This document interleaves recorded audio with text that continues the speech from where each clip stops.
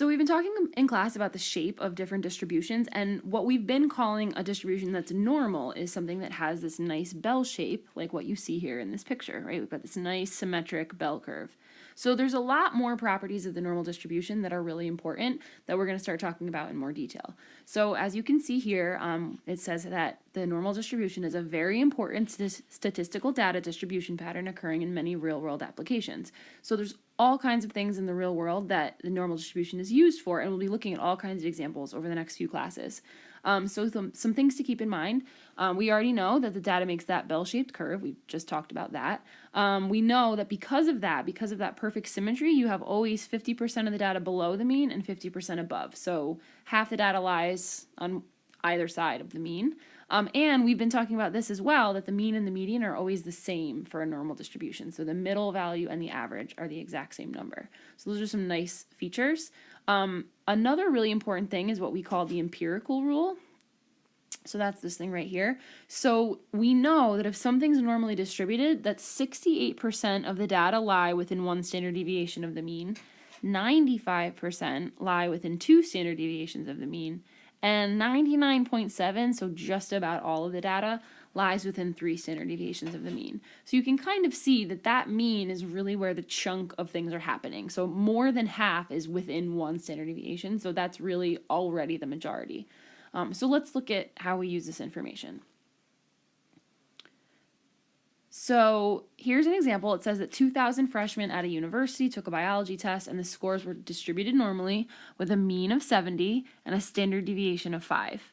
Okay, so those two numbers are really important. So it says what percentage of students scored between 65 and 75? Okay, well, let's think about what we know. If the mean is 70, I'm going to draw myself a little bell curve. So here's my little bell curve. The mean is right in the middle since it's normal. And the standard deviation is 5. So if I go up 1 standard deviation, if I go up 5 units, I get to 75.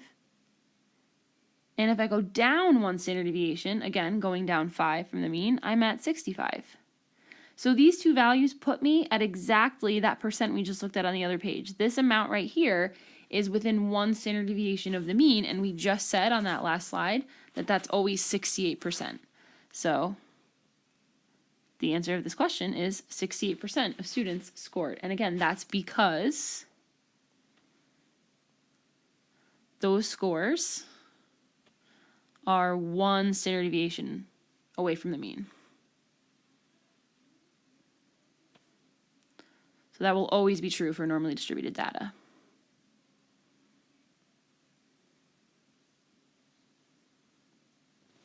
Okay. So part B says, between what 2 scores did 95% of students score in the test? Well, if you remember from that picture from earlier, from that bell curve, 95% is the percent of data that's within 2 standard deviations of the mean. So that's just something that's part of the empirical rule. 68% is for 1 standard deviation and 95 is for 2. So now I have to sort of work backwards. I can make my little bell curve again. And now I want to know if I go out 5 on either side. So here's my mean. If I want to go 2 standard deviations above, I would first be at 75 and then 80. That would be 2 standard deviations above. If I go backwards, I get 65 and then 60. So here, right here, and you can kind of see this is the majority of the data. Okay, so that's 2 standard deviations on either side. So we just figured out the 2 scores that would be within 95%. It's 60 to 80.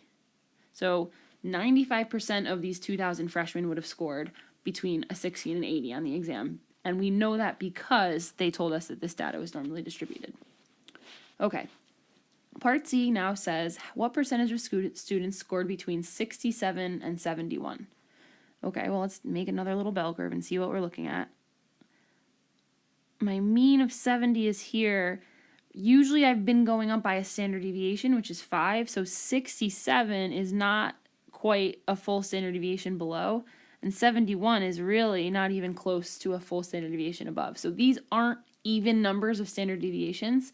So here's where our empirical rule kind of fails. The empirical rule really is only helpful when we're talking about like 2 standard deviations, 1 standard deviation. But when we start getting into portions of a standard deviation, the empirical rule isn't really helpful anymore, so we're going to have to learn a little bit more about how the normal distribution works before we can answer this. So as of right now, we don't have enough info, but we will soon.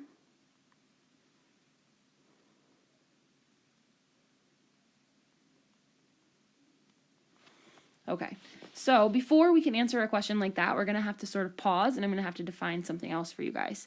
So a very important component of the normal distribution is something called the z-score. So a z-score, which we can also refer to as a standard score, specifically measures the number of standard deviations. I'm going to keep using SD for standard deviations. A value, so any value from a data set is from the mean. So a standard deviation literally measures a distance.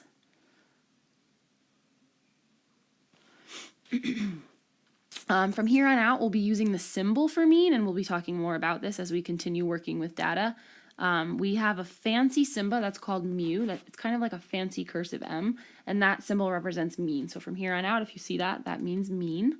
So the formula, a z-score can be calculated by taking your value, which we're always just going to refer to as x, subtracting the mean.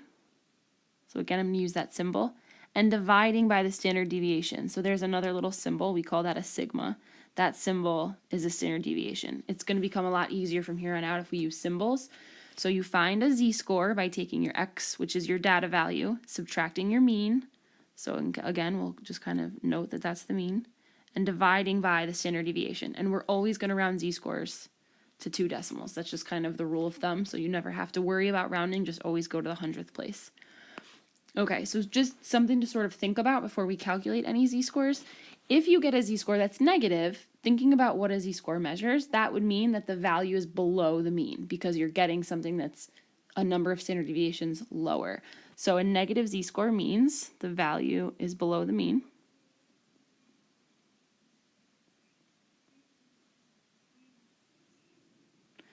If you get a z-score of 0, think about what that would mean. If a z-score measures how many standard deviations you are from the mean and you get 0, that means that your value is the mean.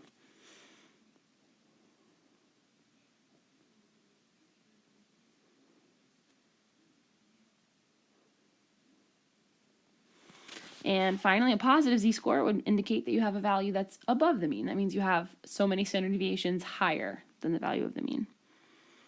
So value is above mean.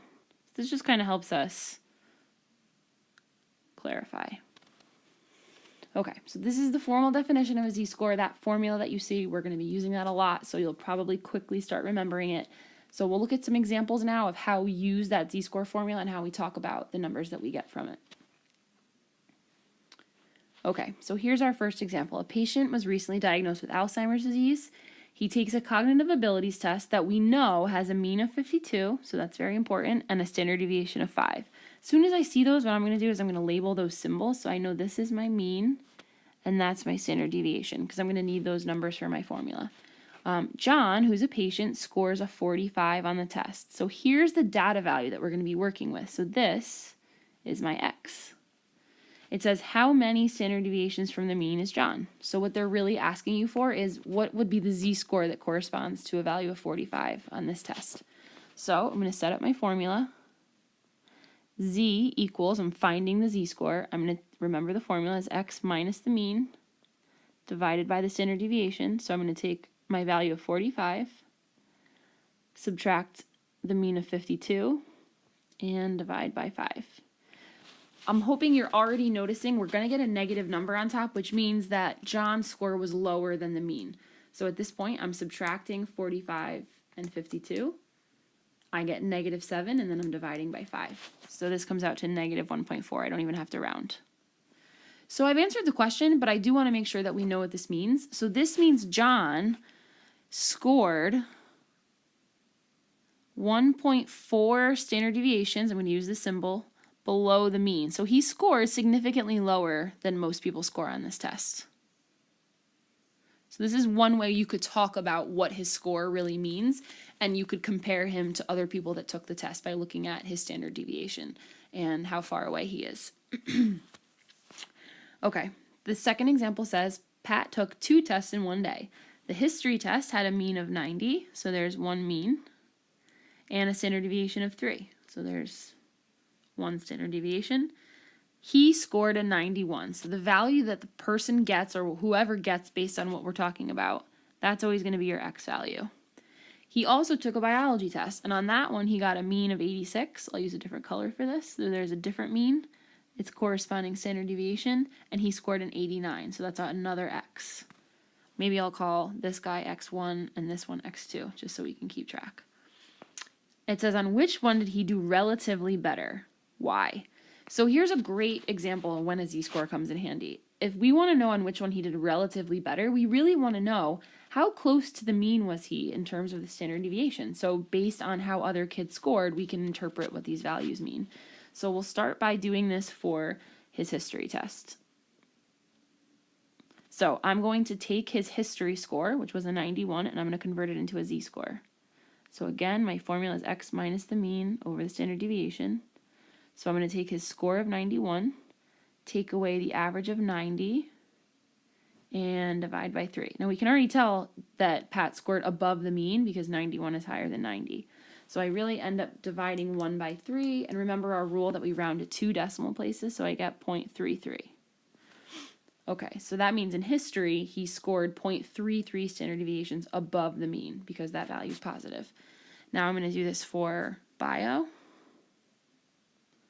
Same idea. Let's find the z-score for the score that he got. I'll keep writing out my formula. This is a helpful way to make sure that you remember it. So he scored an 89 on the bio test. The mean is 86, and the standard deviation is 5. So you're going to really end up dividing 3 by 5, which you shouldn't have to round. You get 0.6. Okay, so now we have to talk about which one did he do better on. Now, and so to do that, we need to consider what these values mean. So we said before, this means that he's 0.33 standard deviations above the mean on his history test.